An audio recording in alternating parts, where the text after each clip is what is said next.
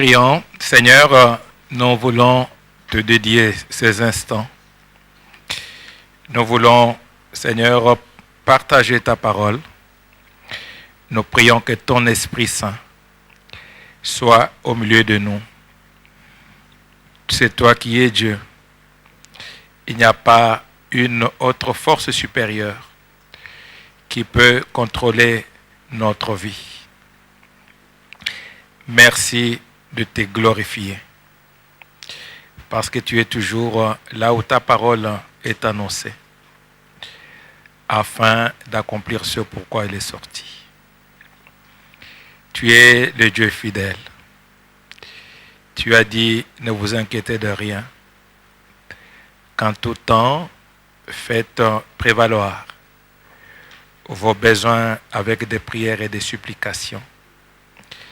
Et la paix de Dieu, qui dépasse tout entendement, gardera vos pensées tournées vers Jésus-Christ. C'est vers lui que nous nous tournons, avec tout ce qu'il y a sur nos cœurs. Mais toi, tu es Dieu qui sonde les cœurs et les reins. Merci de te glorifier au milieu de nous. Au nom de Jésus, Amen. Amen. C'est pour moi un réel plaisir. Quand le pasteur Paulin m'a présenté, j'étais très ému.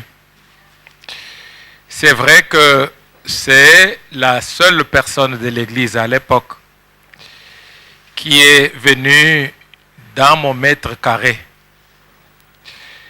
d'étudiants, là où j'étais avec mon épouse. C'est la première personne de l'église de l'époque qui est venue me dire que frère, nous savons qu'il y a que tu as servi Dieu. Viens, nous allons commencer par des petites choses. Et c'est ainsi que nous avons cheminé ensemble. Nous avons évolué ensemble. Nous avons partagé le temps ensemble. Mais je suis là aussi pour rendre témoignage de ce que Dieu est capable de faire dans la vie de chacun. Si Dieu a fait de nous ce que nous sommes, il est capable aussi de faire de même dans votre vie. La Bible déclare qu'il n'y a pas d'acception envers ceux qui sont en Dieu. Et que, en tout lieu, en tout endroit, c'est lui qui craint Dieu, il est agréable à Dieu. Il peut aussi bénéficier des grâces de Dieu. Pourquoi j'étais ému? Parce que je me souviens, je ne sais pas, parmi vous, il y a des gens qui connaissent bien Bruxelles. J'ai habité un peu dans le quartier chaud de Molenbeek à un moment donné. D'abord, c'était à la gare du Nord. Maintenant, on a construit, c'est beau. À cette époque, la gare du Nord était pleine de marécages. Juste après l'hôtel Sheraton, vers la gare, là où il y a les bâtiments de Belgacom, là, c'était des maisons closes. Et derrière, là, à WTC, le seul bâtiment qui était bon, c'était le bâtiment de WTC. Alors, c'est dans ce coin-là perdu que le pasteur est venu me trouver. Et comme je n'avais pas de moyens, j'étais un petit étudiant, je marchais à pied. Je n'avais pas de l'argent pour payer le tram. À l'époque, il y avait certains qui avaient souscrit à, comment dirais-je, réclamer la dette coloniale. Et ils fraudaient les trams et les métros. Mais moi, la Bible me demandait de craindre Dieu. Donc, je pouvais sortir de là le matin. Je vais à la veillée de prière. Et de la veillée de prière, nous rentrons. Et il a été un appui pour moi. Et quand j'ai quitté cette place, je me suis éloigné vers la commune de Molenbeek, dans le quartier de la commune. Et là, je pouvais quitter tôt le matin chez moi pour aller à la prière du matin à Schaerbeek. Et de Schaerbeek, je devrais maintenant partir à pied jusqu'à l'hôpital Saint-Pierre où je faisais mes stages. Bon, je n'avais pas d'argent.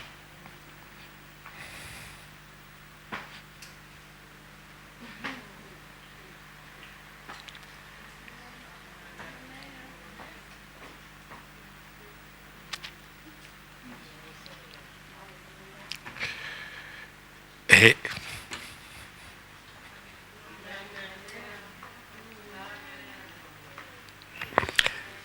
j'ai évolué. Le seul aliment de la journée que j'avais, c'était le café que l'hôpital offrait. Le soir venu, je rentrais à pied. Je fais comme ça. Mais j'avais la promesse. C'était la parole de Dieu. Et nous nous sommes encouragés avec le pasteur Paulin.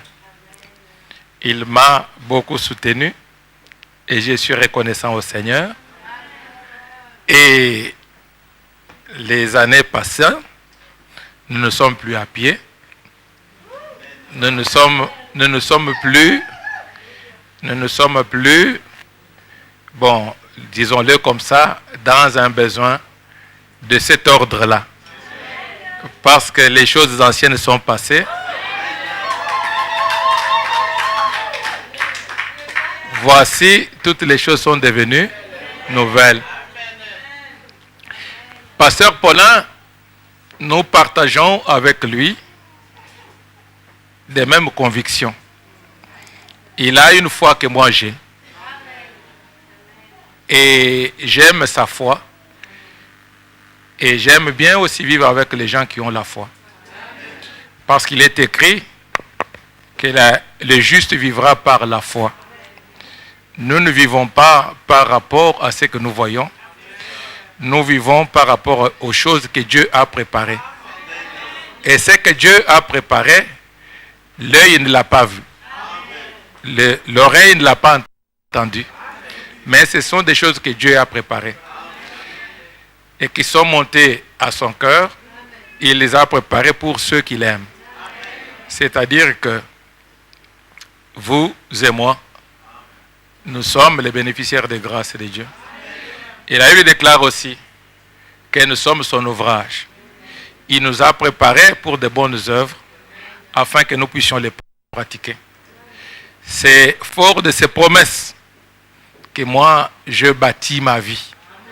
C'est fort de ces promesses que moi, je bâtis aussi mon espérance.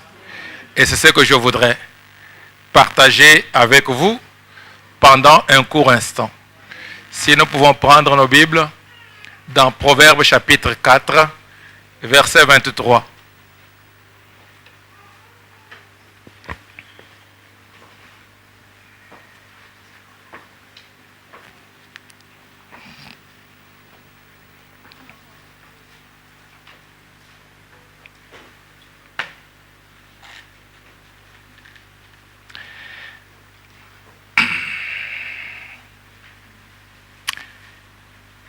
Vous y êtes?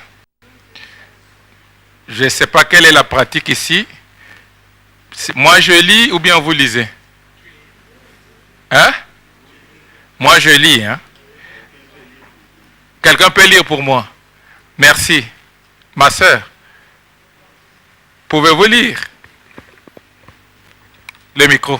Venez, avancez ici, s'il vous plaît.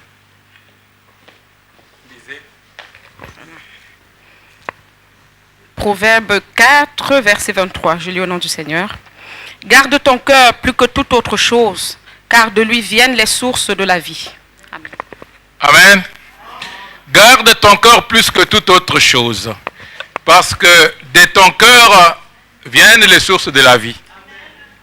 La vie que nous menons se gère au niveau du cœur. Je vais partager avec vous mon parcours dans un court instant. Mais il y a une chose très importante que nous devons savoir. Que votre cœur, mon cœur est très important. S'il y a des médecins parmi nous, s'il y a des étudiants en médecine parmi nous, ils vont nous dire sur le plan physiologique l'importance du cœur. Le cœur est ce moteur qui pompe le sang dans l'organisme. Le cœur est ses moteurs qui régulent la circulation. Dès que ça se dérègle, nous avons des maux de tête, nous avons des hypertensions et parfois même on succombe des suites du dérèglement du cœur. Mais ici, la Bible nous parle sur le plan spirituel, l'importance qu'il y a à pouvoir garder notre cœur, l'importance qu'il y a à pouvoir contrôler notre cœur, parce que la vie de Dieu est contenue dans votre gestion, dans ma gestion du cœur.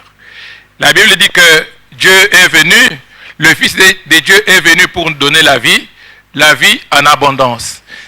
Mais si nous voulons goûter à l'abondance, à la qualité de cette vie, l'ordre est donné par Dieu, que nous puissions garder notre cœur, que nous puissions gérer au mieux notre cœur, que nous puissions maîtriser notre cœur, que nous puissions apprivoiser notre cœur, parce que notre vie dépend de la gestion de notre cœur. Quelqu'un peut dire Amen. Donc si tu négliges de gérer, de maîtriser, de contrôler, d'apprivoiser ton cœur, tu vas rater les grâces que Dieu a préparées pour vous. Jésus est venu. En tout cas, nous sommes reconnaissants. Personnellement, je suis reconnaissant à Dieu d'avoir envoyé Jésus-Christ. Parce que beaucoup, s'ils n'avaient pas Jésus, ceux qui ont connu ma situation à moi, ils auraient fait des 100 coups dans la ville pour pouvoir maintenant arriver à survivre.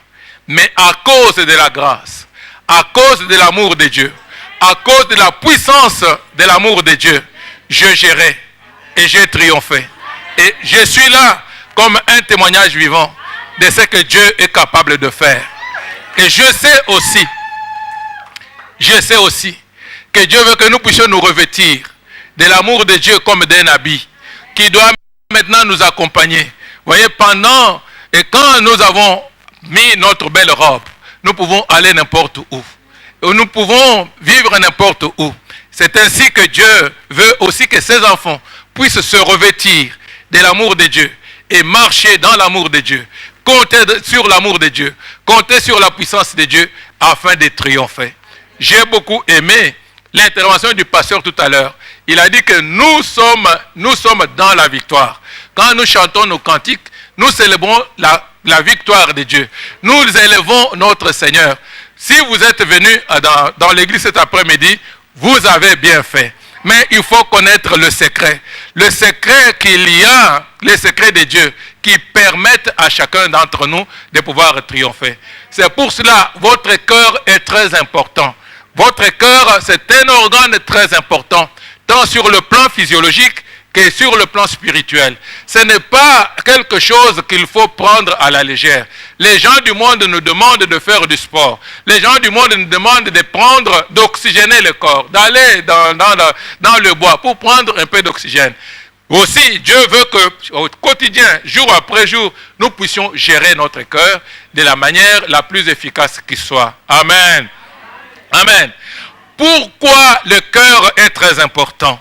Pourquoi Dieu peut nous dire, demander pourquoi le Saint-Esprit peut inspirer une parole comme celle-là qui a pour vocation de nous interpeller pour que nous puissions garder le cœur plus que toute autre chose. C'est-à-dire qu'au-dessus de tout ce que nous pouvons avoir, le cœur est très important et nous devons le garder plus que toute autre chose.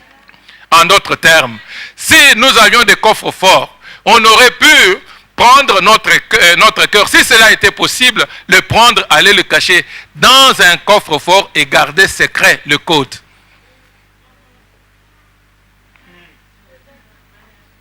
Alléluia. Alléluia. Pourquoi nous cachons les biens précieux dans des coffres forts? C'est pour que le voleur ne vienne pas voler. C'est pour que quelqu'un ne vienne pas faire son intrusion. C'est pour que le brigand ne vienne pas prendre ce qu'il y a de précieux pour nous. Et parfois même, dans certains endroits, là où il y a des coffres forts, il y a dehors des gardes de corps. Il n'y a que dans l'église où les gens ne cherchent pas des coffres forts. Il n'y a que dans l'église où les gens Ne cherche pas des garde-corps pour pouvoir maintenant protéger l'organe qui est votre corps, votre cœur. Il est très important, bien-aimé. Je vais vous expliquer pourquoi. Je vais vous expliquer pourquoi votre cœur est très important. Mais laissez-moi vous dire, un jour j'ai prié Dieu. Dieu m'a révélé qu'il est très important pour toi, si tu veux réussir dans la vie, que tu t'es engagé avec moi, de garder ton cœur plus que toute autre chose. Nous ne sommes pas de n'importe qui. Il ne faut pas négliger la grâce de Dieu qui est sur toi. Il ne faut pas négliger l'appel de Dieu qui est sur toi. Il ne faut pas négliger la foi en Jésus que toi, à laquelle tu as souscrit. Ce n'est pas des choses à prendre à la légère. Parce que ce sont des choses qui vont nous accompagner même dans l'éternité. Non seulement dans ce siècle-ci, mais aussi pour l'éternité. C'est pour cela qu'il est très important, bien-aimés, que nous puissions maintenant considérer la vocation de Dieu qui est la nôtre et savoir qu'il y a à gagner à garder notre cœur plus que toute autre chose. Pourquoi je dis cela? Au nombre que vous êtes, chacun me regarde à sa façon. Chacun m'entend à sa façon. Cela veut dire quoi? La façon d'interpréter plutôt mes faits et gestes dépendent de chaque individu. Et même maintenant quand je vous parle, l'écho de ma voix ne retentit pas de la même manière dans le cœur de chacun d'entre vous. Si nous sommes sincères, nous pouvons l'affirmer. Mais moi je le sais. Alléluia. C'est pour cela qu'il faut garder le cœur plus que toute autre chose. Savoir ceci, que votre cœur, le mien, il est influencé par deux choses. Viens. Toi, tu veux venir avec moi en Corée? Je pars le mois prochain, si prépare-toi, nous partons. Comme ça, j'aurai quelqu'un que je connais. Tourne-toi. Tu t'appelles encore comment? Voyez Martha là. Donc, moi et Martha, nous avons chacun 5 sens, n'est-ce pas? Pour rappel, nous avons le toucher, nous avons l'odorat, nous avons la vue, le goût et l'ouïe, n'est-ce pas? Entre elle et moi, nous avons 3 sens qui sont communs. C'est le goût. Je lui donne une pincée de sel là dans sa bouche. Nous dirons tous que nous avons mangé le sel. Le toucher. Si on nous met un morceau de bois entre nos deux, ou bien une pierre, elle dira que nous avons une pierre, ainsi de suite. Et de la même manière, si on met un poisson pourri ici, elle dira que le poisson est pourri, moi je dirais que le poisson est pourri. Mais pour ce que nous voyons et ce que nous entendons, c'est différent. Et c'est la raison pour laquelle, quand vous allez dans les aéroports aujourd'hui, on vous fait le fond de l'œil pour pouvoir maintenant comment individualiser chaque individu. Les empreintes digitales ne tiennent plus parce que je peux mettre sur un réchaud et puis l'information est perdue. Mais s'il y a un médecin parmi vous, alléluia, s'il y a un médecin parmi vous, il affirmera aussi que l'anatomie de l'oreille interne est différente d'un individu à un autre. On ne peut pas trouver sur la terre deux individus qui ont la même anatomie de l'oreille interne. Pour dire quoi? La façon dont vous interprétez, vous entendez est différente. C'est ainsi que, aujourd'hui, si une nouvelle vient du Congo, de quelqu'un qui est malade, une nouvelle vient du Rwanda, de quelqu'un qui n'est pas bien, chaque individu répondra différemment d'une manière ou d'une autre. C'est pour cela, tu es responsable des informations que toi tu reçois dans ton cœur. Tu es responsable des informations que toi tu entends de tes oreilles. Mais écoutez-moi vous dire une chose. La Bible déclare que la voix vient de ce que l'on entend. Ce que l'on entend vient de la parole de Dieu. Et si tu veux triompher, écoutez-moi, merci, retourne. Il faut que tu apprennes à entendre la parole de Dieu. Il faut que tu apprennes à écouter Dieu. Il faut que tu apprennes à aimer Dieu, il faut que tu apprennes à t'approcher de Dieu. Ésaïe 31, verset 1, il dit ceci. Malheur à ceux qui retournent en Égypte pour pouvoir trouver le secours. Malheur à ceux qui comptent sur les chars. Malheur à ceux qui comptent sur la multitude. Malheur à ceux qui comptent sur les cavaliers. Mais ces gens, ils ne cherchent pas, ils ne se tournent pas vers le Saint d'Israël. Ils ne recherchent pas l'Éternel des armées. Est-ce que je peux demander à quelqu'un de prendre une décision aujourd'hui, de se retourner vers Dieu? Est-ce que je peux demander à quelqu'un aujourd'hui de prendre une résolution, de rechercher le Saint d'Israël? Il dit que malheur à celui-là qui s'est retourné vers des choses qu'ils ont abandonnées. Les choses que toi tu as laissées. Tu es retourné vers l'Égypte, alors que l'Égypte, tu as fait l'expérience de l'Égypte. L'Égypte ne t'a rien apporté. Mais tu prends encore la décision, la résolution de retourner en Égypte, croyant trouver du secours dans l'Égypte, alors que là, il n'y a pas le secours. Le seul secours véritable, le seul secours valable, c'est le secours qui peut venir de l'Éternel des armées. Alléluia. Cette notion est très importante.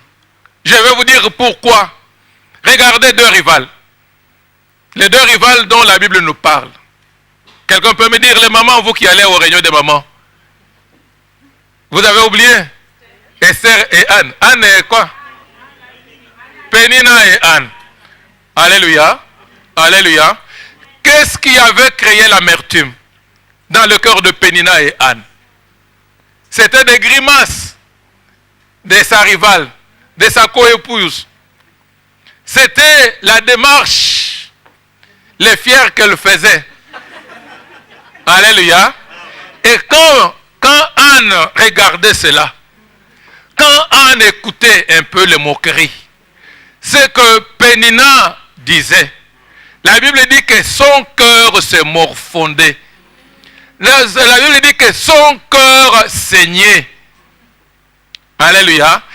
Donc, cette dame de Anna a été victime d'un acharnement psychologique de la part de sa coépouse. Quand elle a tenu compte de tout ce que sa coépouse a porté comme grimace, comme colibé, la Bible dit, elle était devenue amère. Mais je bénis Dieu pour elle.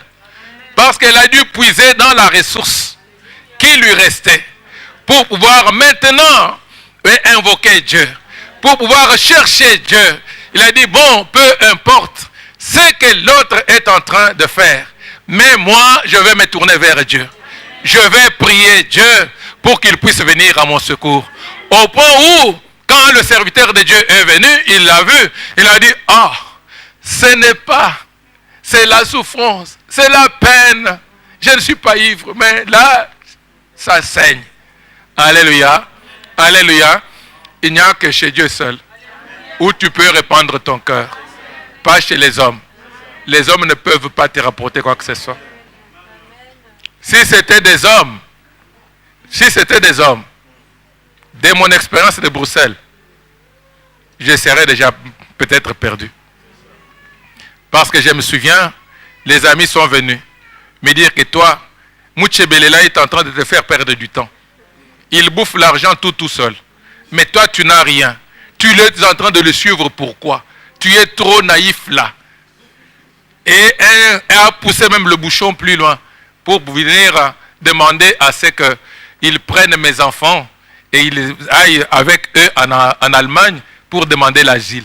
Il dit que tu es trop têtu. Et quand ils sortaient de ma maison, je prenais ma femme. Je dis, mets-toi à genoux. Ensemble, je dis, Seigneur, soutiens notre foi. Et Dieu a soutenu la foi. Alléluia. Donc, ce que les gens racontent, c'est ça qui tue. Nous sommes tous ici. Vous vous rappelez de l'épisode comment dirais-je, de ce que la RTBF avait présenté à une époque, la fin de la Belgique. Beaucoup ont vu cette émission-là, mais moi je ne l'avais pas vue. Ça ne me disait absolument rien. Je ne savais rien de ça. Mais je me retrouve dans un magasin, je croise une sœur. Il dit, pasteur, tu es au courant? Au courant de quoi? Tu ne sais pas ce que je dis, quoi? Et la Belgique est finie. Mais c'était une mise en scène. Mais certaines personnes ont fait des malaises. L'enseignante d'une de mes enfants est tombée malade, elle s'est retrouvée aux urgences. Pourquoi? Parce qu'elle a mis dans son cœur des choses qui ne valaient pas la peine d'être mises. Alléluia. Pourquoi je dis ceci? Il y a le faux et le vrai. Le faux, c'est que tout le mensonge de Satan. Mais le vrai, c'est ce que Dieu dit. Alléluia. C'est pour cela, nous devons maintenant faire le copier-coller de ce que Dieu dit. Le vrai de Dieu, nous devons le mettre dans notre cœur. Sur notre disque dur, nous devons charger.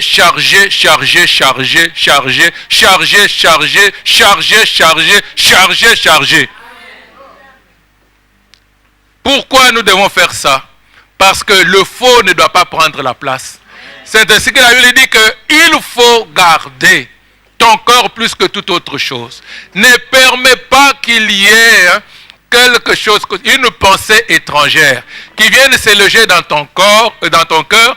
Elle va te coloniser, tu seras esclave de cette pensée-là et tu ne verras pas le bout du tunnel.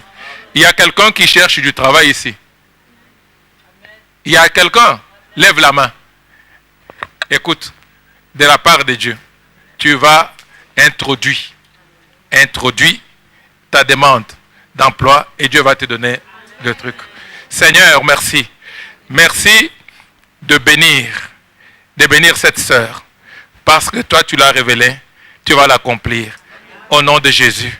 Seigneur, je vais te remercier parce que tu ne mens jamais. Seigneur, je prie qu'il voie ta main dans sa vie au nom de Jésus-Christ. Et que là où il va introduire, Seigneur, sa demande, Père très saint, je te bénis parce que tu vas toucher le cœur de cet homme afin qu'il lui accorde ce contrat à durée indéterminée au nom de Jésus-Christ. Seigneur, merci parce que ton esprit est ici. Nous sommes là pour attester ta bonté. Merci Seigneur de faire triompher. Seigneur notre Dieu, cette sœur reçoit au nom de Jésus-Christ que tu signes ce contrat à durée indéterminée au nom tout-puissant de Jésus-Christ. Seigneur, j'appelle un contrat à durée indéterminée au nom tout-puissant de Jésus-Christ. Merci Seigneur de gloire. Est-ce qu'on peut remercier le Seigneur? Remercions le Seigneur. Seigneur, je te remercie. Je te remercie parce que tu fais, Seigneur, tu fais une chose nouvelle au nom tout-puissant de Jésus-Christ. Écoutez, j'ai appris. Dieu est dans des choses simples comme cela. C'est pour cela que j'aime bien venir à l'église. Je ne sais pas comment Dieu le montre. Il y a des gens qui doivent avoir leur contrat à durée indéterminée. Que Dieu vous bénisse. Mais je veux avoir le témoignage parce que j'aime comme ça. Vous savez quoi? Dans l'église, chez nous à Anvers, comme ça là, comme je suis sorti là, j'ai croisé une bonne dame. J'ai dit que Dieu me dit que tu vas avoir des jumeaux. Cette dame-là a douté. J'étais tellement sûr de la voix de Dieu, je lui ai dit, nous allons nous entendre avec toi. Tu me signes des papiers. Dès que tu accouches, je vais hériter ces enfants-là. Ils serviront de témoignages. Je lui ai dit ça. J'ai dit que tu signes les papiers. Tu me dis que tu vas accoucher. Dès que tu accouches, après que tu aies fini d'allaiter là, tu me les donnes, moi je vais les adopter. Ça sera désormais mes enfants. La dame a pris peur. Et vous savez quoi? Quelque temps après, elle est venue dans mon bureau pour me dire que pasteur, j'attends famille. J'ai dit que ce sont des jumeaux. J'ai dit, Seigneur, tu gardes ces jumeaux-là jusqu'à ce qu'ils viennent à leur terme. Quand l'échographie est passée, c'était des jumeaux. Vous voulez que je vous dise autre chose? La grand-mère des jumeaux est là.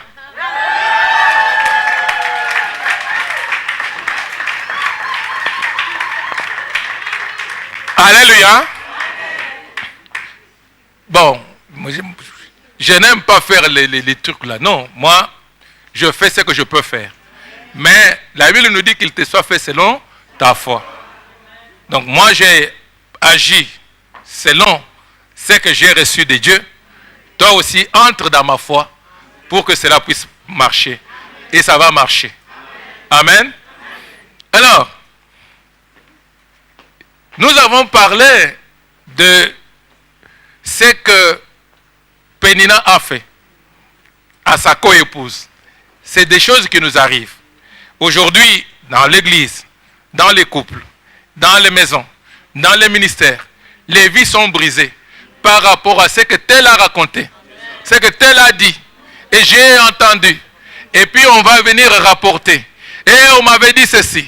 Et quand les mamans se sont retrouvées chez la sœur telle, quand ils étaient en train de parler, écoutez ce comme ils ont dit. Et ils ont critiqué la couleur de mes cheveux. Et quand j'ai fait ceci. Alléluia. Toutes ces choses ne vont pas apporter la vie dans votre vie. Alléluia. C'est pour cela que j'ai pris, moi, la décision de ne jamais mettre sur mon cœur des choses inutiles. Alléluia. Qu'est-ce que l'injure de quelqu'un peut apporter de meilleur dans ta vie? Alléluia. J'ai dit à l'église chez nous en Anvers, nous sommes en démocratie. Quand nous sommes en démocratie, toutes les opinions s'expriment. Les méchantes, les bonnes, les mauvaises. Si quelqu'un vient, il raconte son histoire. Nous sommes en démocratie. Mais la dernière décision revient à toi. Amen. Le gestionnaire, c'est toi. C'est pour cela que tu dois garder ton cœur plus que toute autre chose. Amen. Écoutez-moi bien. Écoutez-moi bien. C'est Dieu qui nous a appelés. C'est Dieu qui nous a appelés. Et c'est Dieu qui nous a justifiés. Et c'est Dieu qui nous a glorifiés. Et c'est consigné depuis les temps anciens. Donc nous sommes là en train de vivre une histoire en différé. Une histoire, allez, comment dirais-je, un épisode de la vie qui a déjà été écrite. Donc aujourd'hui, ce n'est pas ce que les gens vont dire qui vont changer quoi que ce soit. Ce ne sont pas les grimaces des gens qui vont changer quoi que ce soit. Vous comprenez? Je vais même plus loin. Il y a beaucoup de personnes aujourd'hui qui souffrent dans l'église par rapport à tous ceux qui... Même l'environnement politique là, l'environnement économique, ce n'est pas ça qui importe pour toi. Parce que Dieu a appelé Isaac à rester à Guérard. C'était un endroit, l'économie était en faillite. Tout était par terre. Mais Dieu a dit à Isaac, ne va pas en Égypte où tout le monde est d'accord pour manger la richesse. Reste à Guérard. Il faut rester là-bas. Alléluia. Moi, j'ai la fierté. Pasteur avec. Je ne connais pas d'autres églises. Je n'en connais pas. Et je n'ai pas besoin de chercher d'autres églises. Et je suis fier de mon église. Même s'il y a 3 personnes, j'aime bien mon église. Je sais qu'au milieu de mes 3 là, Dieu viendra me visiter. Vous savez quoi? Dieu ne visite pas là où il y a la multitude. Dieu visite là où il y a le cœur. C'est ainsi qu'il dit que tu as vu mon ami. Il dit que cacherai-je ceci à Abraham, mon ami. Vous comprenez? Dieu va là où il y a le cœur. Quand le cœur est disposé, c'est là que Dieu va. Il ne va pas là où tout le monde est là. Non, non, non. C'est là où le cœur est. Parce que la Bible dit que ce peuple m'honore. Il m'honore de lèvres, mais son cœur est loin de moi. Dieu veut que le cœur soit proche de lui. Cherche à ce que ton cœur soit proche de Dieu. Le secret de ta réussite, c'est que ton cœur soit près de Dieu. Là où Dieu est, c'est là où ton cœur doit être. Et même quand tu chantes tes cantiques-là, sois sûr que tu chantes tes cantiques-là du fond de ton cœur. Et que tes cantiques, quand tu les chantes de manière à vouloir plaire à Dieu. Ne chante pas pour que nous on t'applaudisse. Nous allons t'applaudir aujourd'hui. Le jour où tu nous priveras de ta salade, là, on oubliera tout.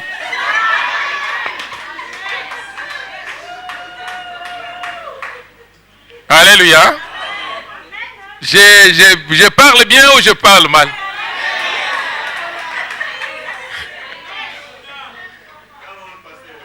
Le jour où tu vas me priver ta salade là, je vais oublier tout ce que tu m'as fait. Tout cela va entrer dans les pertes et profits. On ne va plus en parler. Vous comprenez, hein? C'est pour cela ton cœur est très précieux. Écoutez-moi, c'est quelque chose, ce que je vous dis ici. Si je peux aujourd'hui affirmer quelque chose sur le plan de ma connaissance de Dieu, c'est ma théologie du ministère. C'est ce que je vous dis. Si tu veux, aujourd'hui, c'est ma théologie du ministère. Mon cœur est très précieux. Je ne peux pas faire entrer sur mon cœur n'importe quoi. Regardez par exemple. Nous connaissons tous l'histoire de Gédéon. Ok? La Bible dit quoi? Il était assis sous le térébinthe, sous le pressoir là, en train de faire la dernière farine là, en attendant que la pluie ne tombe pour aller apporter la farine à sa maman. Mais voici, l'ange de Dieu apparaît. Il dit, ah, vaillant héros, quelle a été la réponse de Gédéon? Il dit, ah, si Dieu est avec nous, le Dieu de nos pères qu'on nous a raconté là, nous sommes devenus la risée maintenant des Madianites. Les Madianites maintenant nous environnent, je ne vois même plus. On nous a parlé de notre Dieu, de la puissance de notre Dieu, de ce qu'il est capable de faire, comment il a tracé dans le chemin dans le désert, comment il a fait jaillir l'eau dans le rocher. Mais aujourd'hui là, nous sommes devenus... Alléluia. Dieu reste Dieu. Vous savez, quand je lis la Bible, nous avons chanté par rapport aux méchants, que le Dieu s'élève là. J'ai appris ceci. Le méchant ne prospère jamais. Jamais de la vie, sauf si il faut qu'on arrache la parole, les versets de la Bible. Si tu es méchant, écoutez-moi, tu dois te repentir. Parce que tu ne prospéreras jamais, jamais. Et si tu continues dans ta méchanceté, ta mémoire sera oubliée. Tu seras emporté comme un ballot de paille par le vent. Ouh, on ne parlera plus de toi. Je t'en prie, répands-toi si tu es méchant.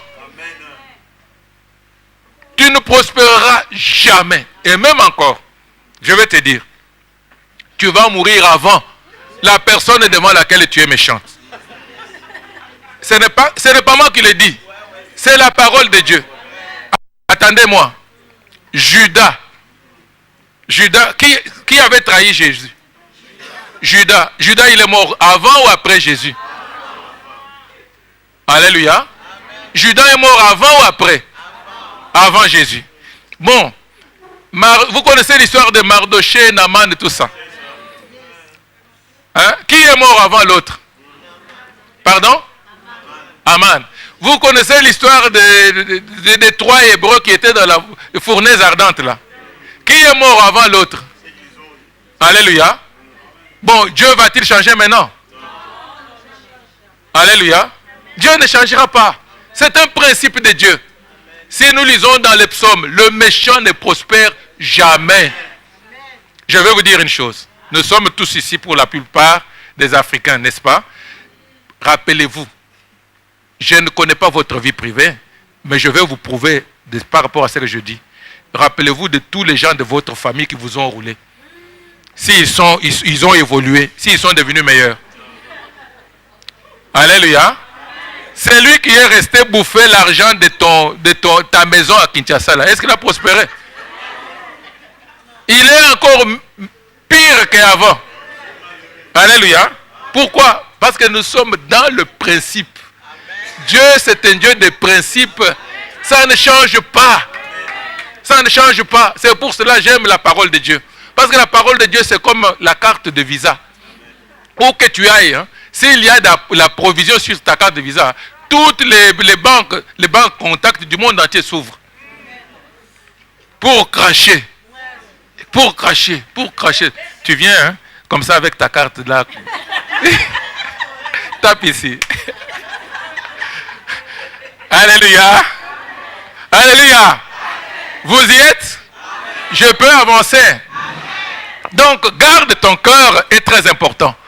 Quand tu te mets à garder ton cœur, tu vas manger le meilleur.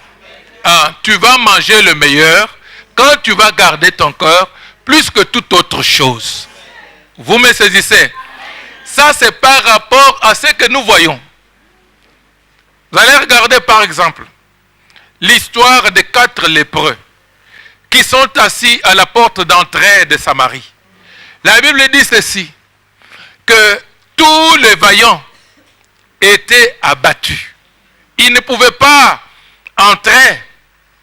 Personne ne pouvait entrer dans la ville. Personne ne pouvait sortir.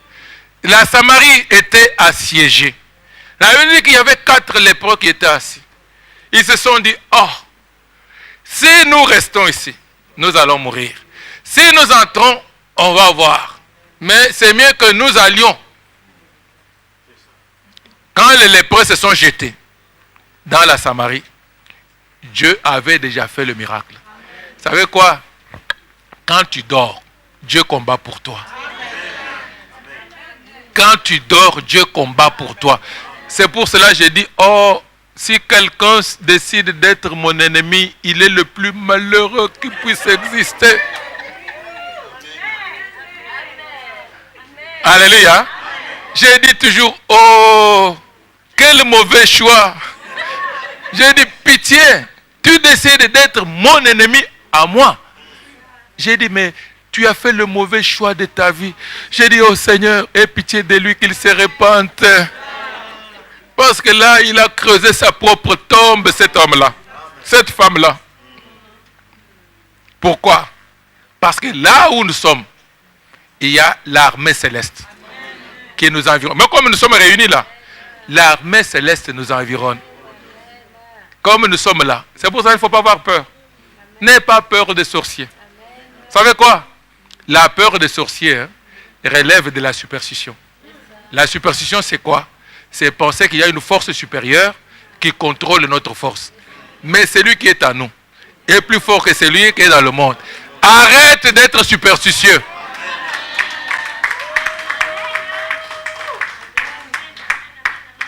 Je vais vous dire une chose. Nous avions peur des chats noirs, non? En Afrique, hein? Mais ici, nos compagnons, ce sont des chats noirs. Et ça nous fait quoi? Hein? Alléluia.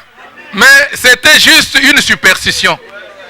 Hein? On a inventé un truc. Aujourd'hui, on peut aller pique-niquer dans un cimetière, n'est-ce pas? Mais chez nous, nous tremblons. Alléluia. C'est donc, ce sont des superstitions. C'est-à-dire qu'on a commencé à regarder autour des histoires, on a écouté les discours des gens, et puis hop, on s'est enfoncé là-dedans. Il n'y a rien de Dieu, il n'y a rien de Dieu, il n'y a rien de Dieu. Mais ce qui est de Dieu, c'est quoi? C'est la parole de Dieu. C'est ça qui est de Dieu. C'est ça. C'est pour cela, moi, j'aime bien manger ça. J'aime bien manger ça. Alléluia. Quand les 4 lépreux sont entrés, ils ont attrapé le butin. Ils ont trouvé que tous les vaillants, Dieu avait déjà travaillé et tous, ils ont quitté l'endroit. Ils ont ramené le butin. Et quand ils ont ramené, ils ont donné aussi aux autres qui ne voulaient pas entrer. Amen. Quand Dieu te bénit, sois une source de bénédiction. Ne mange pas pour toi-même. Ne mange pas pour toi-même. Vous savez, ce matin, chez nous, alléluia, ce matin, je viens de prêcher chez nous. Le message de ce matin chez nous, envers c'était, il y a la combinaison gagnante. Il y a 3 choses qui restent, la foi, l'amour et l'espérance. Et là, il dit que l'amour est le plus grand de tous. Qu'est-ce que ça veut dire? Cela veut dire que si nous prenons l'image des 3 médaillés olympiques, ou bien des 3 premiers des Tour de France, vous allez trouver qu'il y a celui qui est le deuxième à droite et celui qui est le troisième à gauche. Et le maillot jaune, le premier, le truc, médaille d'or, est au milieu. Et la Bible dit que l'amour est au-dessus de tout. Amen. Mais regardez, j'ai découvert que nous avons une fausse notion de l'amour. L'amour, ce n'est pas le sentiment que nous sentons là. Non, l'amour dont la Bible parle, c'est un état d'esprit. Vous me saisissez? Un état d'esprit qu'il faut cultiver. Ce n'est pas le fait que non, dans cette église, on ne me dit pas bonjour, il n'y a pas de l'amour. Ce n'est pas de cet amour-là qu'il s'agit. Vous comprenez? C'est pour cela, quand on part sur une fausse piste, on échoue toujours. Mais il faut revenir sur la piste de Dieu. Dans l'amour donc il est défini, on parle de la bonté. La bonté, c'est quoi? C'est cette capacité qu'a l'individu, vous et moi, à dire quand même un mot gentil. Pourquoi je ne peux pas, ma sœur, dites-moi votre nom. Ma sœur Véro. Pourquoi je ne peux pas venir lui dire quelque chose gentil? Être disponible pour qu'elle soit heureuse. C'est ça de l'amour qu'il s'agit. Donc, c'est quelque chose c'est un état d'esprit qui fait en sorte que quand je suis en face de mon partenaire, qu'il soit mon mari, mes enfants, mes collègues de travail, sur la rue et tout ça, que je puisse être prompte à rendre cette personne souriante et contente. Vous comprenez? Nous sommes venus à l'église. Vous avez souri à combien de personnes sur la route? Vous comprenez? La bonté, c'est ça. La bonté, c'est donner un petit sourire à quelqu'un. La bonté, c'est faire plaisir à quelqu'un. Rendre quelqu'un agréable. C'est ça être bon. C'est ça être bon. Maintenant, écoutez bien. La notion de l'amour, c'est notre marque déposée. On reconnaîtra que l'église est l'église si nous avons la bonté. C'est-à-dire, quand nous sortons ici, on trouve quelqu'un qui promène son petit chien. Il dit, ah bonjour madame, qu'il est mignon. Il commence à rire. Vous discutez ensemble. C'est ça être bon. Être bon, c'est votre voisin du palier, même si c'est un raciste, mais toi tu lui souris.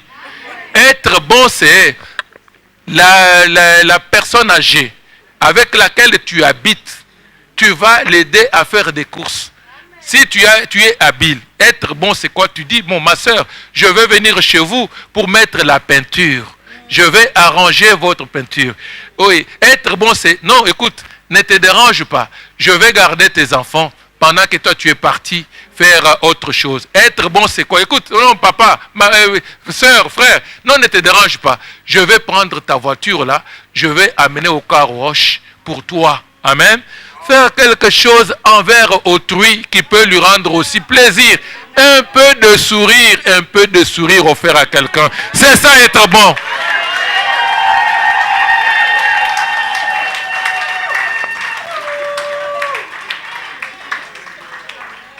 Alléluia. Alléluia. Et quand j'analyse tout ceci, je trouve que l'église, il y a du pain sur la planche. Il faut maintenant que nous puissions reconfigurer notre disque dur. Parce que là, nous sommes partis sur des éléments qui ne sont pas celles que Dieu a décrits dans sa parole. On commence maintenant à courir. On court trop. Et puis, on perd même l'essentiel. Et on devient des chrétiens, un peu des chrétiens. Alléluia. Mais il faut que nous puissions nous revêtir de l'amour. Regardez par exemple, venir à l'église, on ne doit pas venir te chercher pour venir à l'église. On ne doit pas venir te chercher pour venir chanter. On ne doit pas prendre des mesures pour que tu fasses quelque chose. Ah, non. Bon, c'est absurde. Mais tu dois sentir que non, l'amour de Dieu me pousse. Par amour, je pars. Par amour, avec mon argent, je donne. Par amour, avec mon temps. Par amour, toi-même, tu te dis, qu'est-ce que je peux donner de meilleur dans cette église pour qu'elle puisse être l'église que moi j'aime qu'elle soit? La tendance est à vouloir attendre que l'église te donne tout. Mais qu'est-ce que toi tu fais pour que l'église soit ce qu'elle doit être? C'est être généreux. Être généreux, c'est faire du bien. J'ai regardé. Allez sur Congo Mikili et regardez la rentrée scolaire à Elodjala. J'ai regardé ça, j'ai pleuré. Parce que je ne pouvais pas m'imaginer qu'un enfant peut, avec une culotte trouée, s'asseoir avec comme banc ses genoux, se mettre à écrire. Vous comprenez? J'ai eu mal. Vous comprenez, hein? J'ai eu mal. J'ai eu mal. Nous sommes de l'église. Notre amour là, l'amour là, c'est pour manger les frites et les concombres. On ne voit pas la misère autour de nous. Il n'y a pas de sans-abri ici à Mons ici. Et mais pourquoi on ne prépare pas la soupe pour aller leur donner? Pourquoi on ne peut même pas... Maintenant là nous parlons des réfugiés. Nous sommes tous des pèlerins sur cette terre. Pourquoi on ne peut pas aujourd'hui encore organiser pour que, ne serait-ce que donner un petit sourire à tous ces gens? Alléluia. Alléluia. Vous savez, l'église c'est quelque chose de plus grand que ça. Vous savez, le roi romain a voulu persécuter l'église et il a dit, mais regardez comment ces gens s'aiment. Vous savez pourquoi ces gens-là s'aiment? La Bible nous dit que ces gens-là, ils ont mis en commun tout ce qu'ils avaient. Ils ont partagé vraiment l'amour. Ils ont tenu compte des besoins des uns et des autres. Il n'y avait pas d'indigents au milieu d'eux. Ils se parlaient dans la vérité, dans la sincérité. Le pardon était là. Il y a certaines personnes, hein? Aïe, aïe, aïe, aïe, aïe. Il va rappeler les histoires de l'époque de Melchisedec. Oh! Oh! Ça fait 20 ans qu'il te doit ton argent. Depuis 20 ans qu'il te doit cet argent. Toi, tu comptes toujours sur cet argent. Alléluia. Libère-le. Laisse la puissance de Dieu te toucher. Et le meilleur est devant toi. Amen. Je sais que Dieu est juste. Je sais que ce que Dieu a prévu pour toi, personne ne peut. Je sais. Ce qui se passe, c'est que tes objectifs, tu t'es limité toi-même. Alléluia. Quand tu te dis que moi c'est difficile, il n'y a pas d'entreprise, il n'y a pas de ceci, c'est-à-dire toi tu t'es limité. Tu t'es limité. Mais quand nous regardons un peu l'histoire des gens qui ont réussi, on découvre les gens une petite idée. J'ai pris les dames qui font de mon église, j'ai dit, bon, asseyez-vous. Je vais te montrer comment tu peux devenir millionnaire en 6 mois maximum. Il a sorti le papier. Moi, le papier, je lui ai montré que regarde, si tu fais ça, tu fais ça, tu fais ça, tu fais ça, tu peux devenir millionnaire. Elle a lancé un grand sourire jusque-là. Mais pour vous, hein, il faut ceci pour que je vous donne les secrets.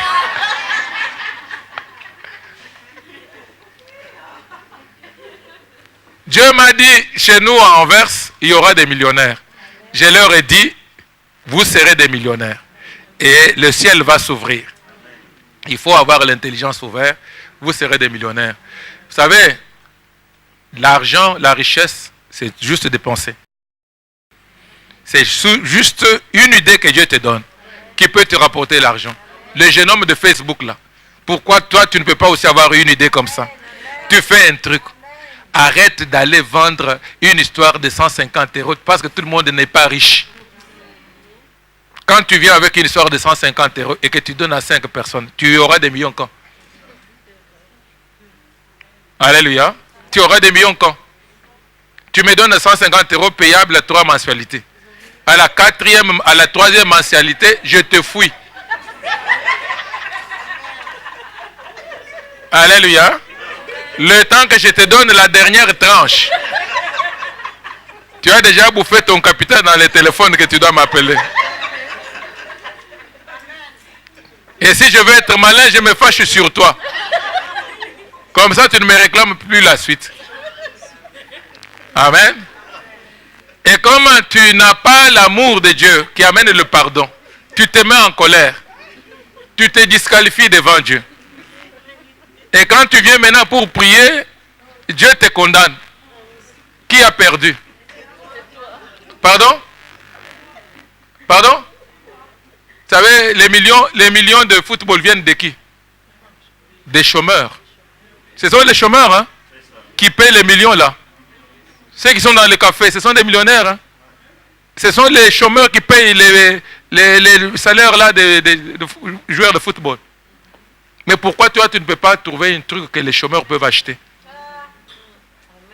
Si tu vas vendre aux chômeurs, au nombre qu'il y a des chômeurs là, tu seras millionnaire. Hein? Amen. Amen. Vous avez compris? Gagner des millions et penser à l'église. La deuxième chose, j'ai dit qu'il y a ce que nous voyons et il y a ce que nous entendons. Amen. Ce que nous voyons nous tue aussi. J'ai appris à ne pas regarder aux montagnes. Parce que la Bible nous dit, si tu as une petite foi, comme un grain de sénévé, tu peux dire à cette montagne, déplace-toi de là, et elle va se déplacer. Et Dieu m'a permis de passer par des expériences où j'ai découvert que l'impossible est humain, mais l'impossible n'est pas de Dieu. C'est pour cela, il ne faudra pas que ce que tu vois puisse t'arrêter dans ta détermination à marcher avec Dieu dans la foi. Vous savez, je faisais l'hypertension. Et à un moment donné, j'ai dit que non, pas question. Si Dieu est capable, en tout cas, qu'il fasse ce qu'il doit faire. Et j'ai posé un acte de foi. Aujourd'hui, mais voici. Vous comprenez? Donc, j'ai appris aussi à ne pas regarder aux difficultés. Parce que les difficultés nous causent des barrières. Voici, je fais 37 ans. Je n'ai pas été dans ma région natale. Et j'avais un traumatisme inouï. Le pasteur coréen est venu ici. Hein, il est venu ici. Hein? Ah, donc c'est mon ami. J'ai dit, viens, nous partons. Alors, j'ai dit, partons. Je ne savais pas comment je pouvais faire. Mais cet homme a pris l'avion de chez eux. Et puis, il est parti avant moi. Donc, c'est lui qui est allé m'accueillir à l'aéroport. Et il me dit, bon, mon cher, c'est moi qui t'accueille dans ton pays. Mais j'ai remarqué que les peurs que j'avais, c'était des fausses peurs. Parce qu'un séjour comme celui-là, j'avais un chauffeur à disposition. Une autorité de la place m'a offert sa villa avec son personnel. J'ai été traité d'une manière convenable. Je me dis, mais avant ça, j'avais commencé maintenant à me mettre des barrières inutiles. Et savoir, parce qu'il y a des étudiants et des élèves ici, je vais vous dire ceci. Il n'y a pas, l'impossible n'existe pas. Ah, c'est vous là qui allez vous limiter.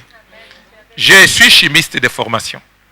Mais quand j'ai commencé dans ma jeunesse, j'ai eu un échec en physique, j'ai un échec en chimie, j'ai un échec en mathématiques.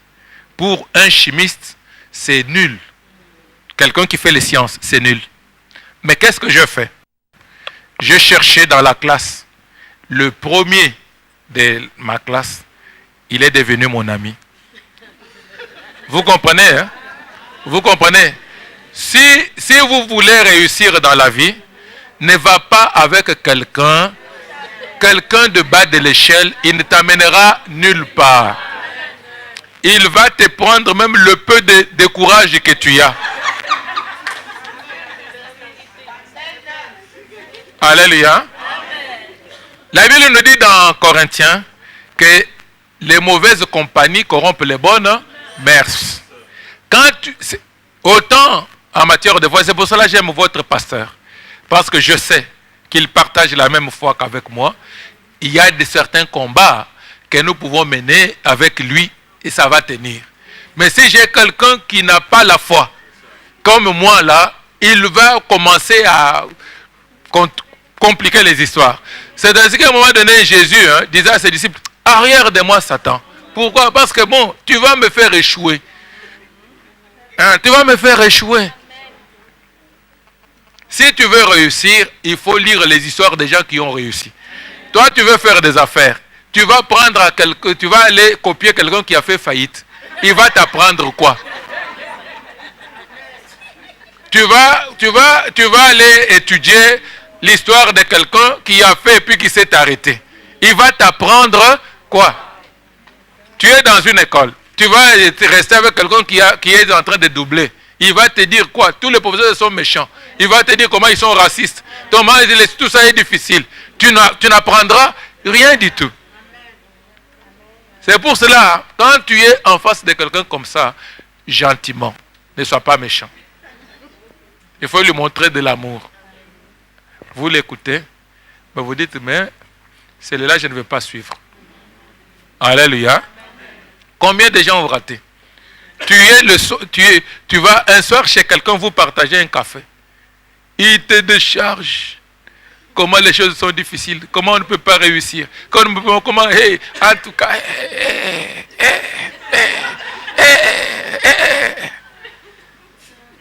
Tu sors là-bas, tu n'as plus de force pour entreprendre quoi que ce soit.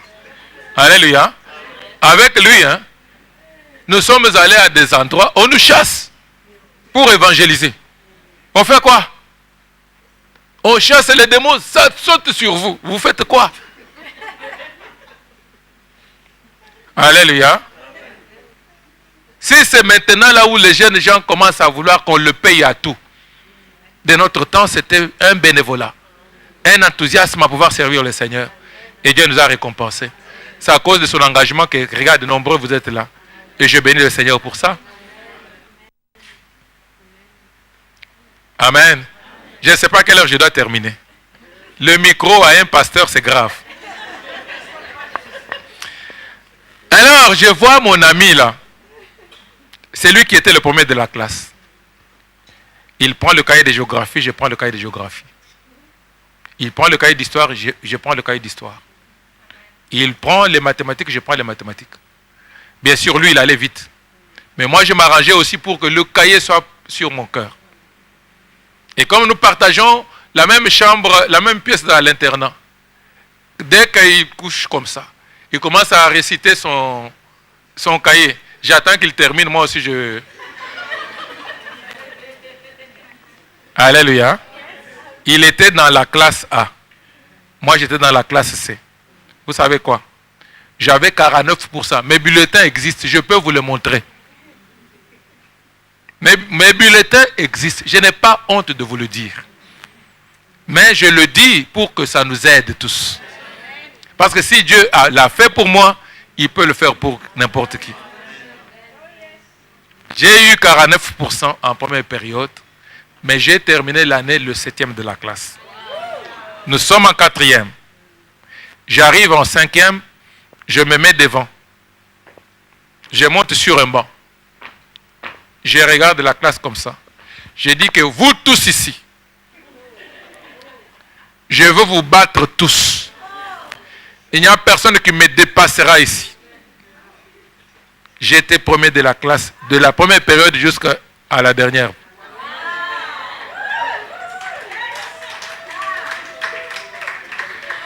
Et dans la foi, j'ai appris à voir le potentiel de Dieu. Et les spécialistes disent aujourd'hui que ton cerveau, mon cerveau, est utilisé à 1%. C'est ce que les spécialistes disent. Mais il y en a 9 autres. Donc c'est que nous avons une intelligence inouïe qui n'est pas exploitée. Et pourquoi nous devons nous dire que nous avons échoué? Je peux vous prendre, je vous mets à Waroké ici. Je te donne les codes. Je dis, enlève la peur, enlève toutes ces choses-là. Étudie, tu réussis. J'ai fait avec des gens qui ne connaissaient rien de biochimie. Ils ont eu des 18, des 19 sur 20. Ils sont à Bruxelles. Vous comprenez? Et dans la foi, je parle dans la foi. J'ai des gens, je leur dis que, écoutez, Dieu n'échoue jamais. Et si tu tiens, tu vas triompher. ils ont tenu, ils ont triomphé. Je me rappelle, un frère est venu, tout tremblant à la réunion des hommes un samedi. Papa, je ne sais pas. La police va venir me prendre. À cette époque, les réfugiés politiques, c'était grave. J'ai pris, je peux? J'ai pris, c'était des décisions comme ça de l'Office des étrangers. Comme c'est tout un feuillet. J'ai dit ceci. La Bible dit que tout ce que vous allez lier. Hein, j'ai dit ceci. À Mardoché, Dieu a dit, hein, écris toi-même le décret. Ce qui nous manque, c'est que nous n'arrivons pas à écrire ce que nous voulons de la part de Dieu. Vous savez, Dieu ne changera pas. Il est toujours comme ça. Il a dit à Mardoché, écris toi-même ton décret. Celui-là, il t'a condamné. Toi, tu dois écrire une nouvelle page qui t'intéresse selon le désir de ton cœur. Il est écrit que fait de l'Éternel tes délices, il te donnera ce que ton cœur désire. À l'aveugle qui criait à Jésus, à ceux il dit, qu'est-ce que tu veux que je fasse pour toi? C'est toujours la même question, la même rhétorique, la même pensée. Aujourd'hui encore, maintenant, je vous dis ceci, écris toi-même ton décret à toi. Écris toi-même ta nomination. Écris toi-même ta promotion. Ce ne sont pas des histoires là, pentecôtistes que je dis, mais c'est sur base de la promesse de Dieu et de ce que Dieu est capable de faire. Lève-toi et écris-le.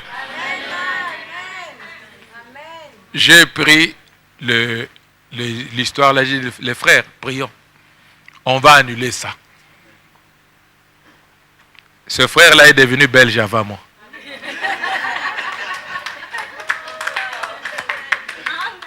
Alléluia. Le cœur est très important. Là, je vais devoir m'arrêter. Et si vous voulez, sinon, je peux aller jusque demain. Alors, ce que je dis ici est très important. Il faut savoir, bien-aimé, que appartenir à Dieu, c'est quelque chose de plus important. Quand nous poursuivons la lecture, dans le verset, maman, vous êtes dans votre verset là, vous êtes sur la page là. Non, Ésaïe 31. Ésaïe 31. Quand nous lisons le texte, au verset 5, la Bible nous apprend ceci. Dieu va intervenir pour pouvoir maintenant, non seulement, il dit ceci, comme une poule déploie ses ailes sur ses enfants, Dieu déploiera aussi ses ailes sur nous, afin de pouvoir maintenant nous protéger. Afin de pouvoir maintenant, verset 5, c'est ça. Vous y êtes avec votre belle voix. Allez-y. Comme des oiseaux déploient les ailes sur leur couvée, ainsi l'Éternel des armées étendra sa protection sur Jérusalem. Il protégera et délivrera, il épargnera et sauvera. Merci. Amen. L'image, elle est la suivante. Ceux qui ont grandi dans le milieu africain et dans les villages savent ceci. Ici, je n'ai pas vu des éperviers. Mais en Afrique, dans le Moyen-Orient, les éperviers sont courants. Et souvent, quand la poule est en train de promener ses poussins, dans la basse-cour, l'épervier vient pour piquer les petits poussins. Maintenant, qu'est-ce qui se passe? La mère poule, quand elle voit l'épervier apparaître, surgir, qu'est-ce qu'elle fait? Elle lance un cri. Et puis rassemble ses poussins. Et puis du coup, avec ses ailes, elle enveloppe tous ses poussins. Maintenant, il dit à l'épervier, viens maintenant. Et quand l'épervier va venir avec son bec pour pouvoir maintenant chercher à piquer, il va attraper maintenant les ailes. Amen. Et Dieu dit, c'est de la même manière qu'il va le faire sur notre vie. Vous comprenez? Déjà, au verset premier, l'étonnement était. Il dit, malheur à ceux qui descendent en Égypte pour trouver leur secours. Malheur à ces gens-là qui comptent sur la multitude. Écoutez-moi bien. Si j'avais le temps, j'allais vous donner un autre témoignage. Dieu m'a permis à voir que l'homme est nul. si tu ne peux pas compter sur l'homme. J'ai eu l'expérience dans ma vie où j'avais tous les ministres dans ma poche, tous les cabinets dans ma poche, tout dans ma poche. Le dernier jour où mon dossier devrait être signé pour que je sois embauché, ce jour-là, on a changé mon nom à l'administration de mon pays. Et quand je m'aperçois, j'ai dit que ce n'est pas possible. Je connais tout le monde, au département, partout. Je vais maintenant prendre mon ami qui était beau-frère au ministre, qui avait en charge mon dossier.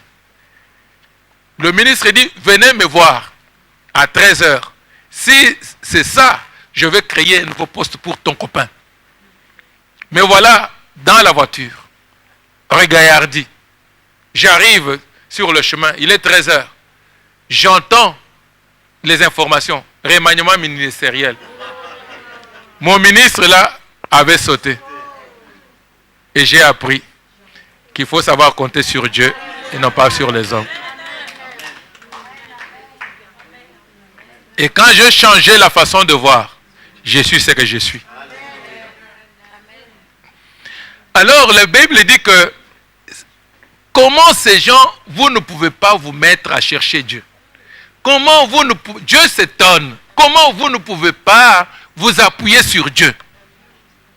C'est ainsi que la pensée de Dieu continue à dire que comme la poule couvre ses enfants, Dieu va déployer ses ailes sur Jérusalem. Dieu va déployer ses ailes sur ta vie, sur ma vie, sur notre vie, sur notre église, afin de pouvoir maintenant garantir la sécurité, la protection et la délivrance et le salut. Vous comprenez? Quand on parle de la délivrance, on parle du salut. Ça englobe toutes les grâces que Dieu peut accorder sur la vie de chacun. Amen. Laissez-moi vous dire, chers parents, l'enfant tourne mal, ne t'inquiète pas. Aime d'abord l'enfant. Il faut l'aimer. Sois patient. Attends-toi à Dieu et Dieu va toucher le corps de cet enfant pour le retourner. Amen. J'ai dit à l'église, quand j'ai pris l'église à Anvers, j'ai dit qu'on va maintenant prier Dieu que pour que tous les enfants qui sont dehors, ils viennent à l'église. Soir après soir, j'avais une liste des enfants. J'ai dit que Seigneur, tu sais où il se trouve. S'il est dans la drogue, qu'il sorte de la drogue. S'il est dans la prostitution, qu'il sorte. S'il est devenu un brigand, un voleur, que tu le sortes. Je le veux dans l'église. Quelque temps après, un vient. Et puis je vois un autre. Et puis, curieusement, d'une manière, l'autre là, il était, le jour là, il allait se pendre. Mais Dieu l'a arrêté au bord du canal à Anvers. Et puis il est venu à l'église. L'ennemi veut toujours égorger, voler et détruire. Mais notre souci à nous, c'est de manifester l'amour envers nos enfants, envers nos maris. Le mari ne va pas bien, la femme ne va pas bien. Ne t'en fais pas. Aime, sois patient, persévère, montre l'amour. Parce que dans la manifestation de l'amour, la puissance qui est derrière va agir et amener à ce qu'il soit sorti de la phase critique et que Dieu bénisse sa parole au milieu de nous.